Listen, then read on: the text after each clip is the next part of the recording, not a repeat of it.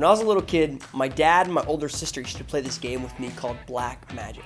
Black Magic is a game where two people use telepathic energy to send information to one another. My older sister would leave the room, and then my dad would tell me to pick out an item in the room. I'd pick out the lamp.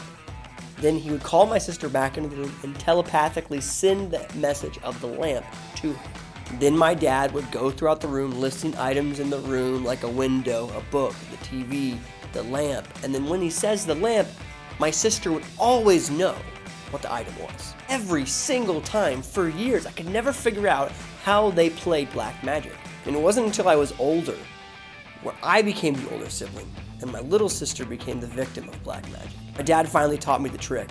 The game's called Black Magic. You list the items in the room, and the item following something that's black in the room, that's the item. Years and years of frustration as a kid melted away, and suddenly I observed the trick from a new lens. And while I'm not the first kid to get tricked by their parents into believing that magic is real, it is a perfect example of the innovator's DNA trait of observing.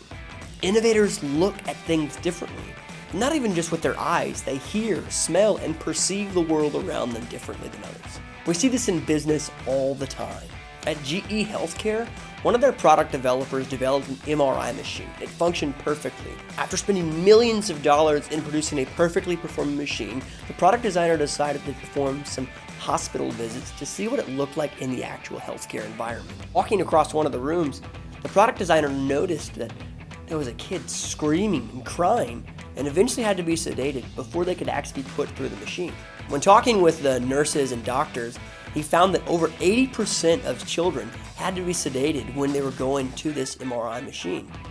And that made him wonder, how can we do this differently? So he went back to the drawing board and he created a task force that would observe children in their natural environments, places where they felt safe, where they felt creative, where they could have fun.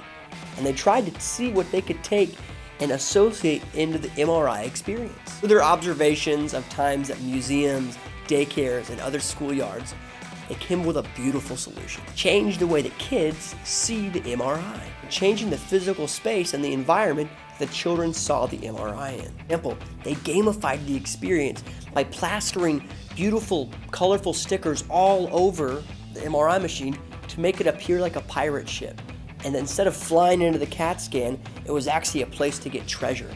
And the nurses would come in acting like pirates. They filled the room with coconut oil. And it was through this observation that the kids no longer felt like there was a threat, but instead they felt like this was an experience. Observations change everything. And innovators observe differently.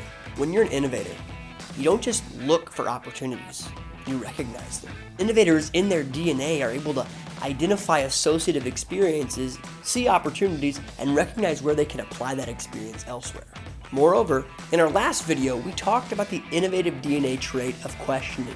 Sometimes when you pair these traits of questioning and observing together, you're able to create a very powerful DNA pocket where they work together, and you're able to ask very powerful questions, powerful observations. Tell me this, what do you see?